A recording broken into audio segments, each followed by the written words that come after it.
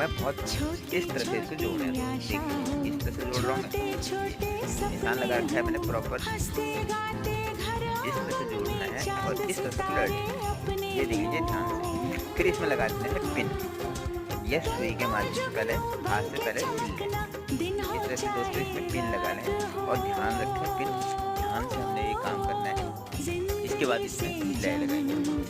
फिर उसके बाद क्या करने वाला हूँ, जब आगे वीडियो देखिए दोस्तों आपको अच्छे तरह से पता चल जाएगा कि क्या होगा इसका, किस तरह से फोल्डिंग करेंगे इसका। और जितना ज़्यादा मार्जिन रखेंगे इसमें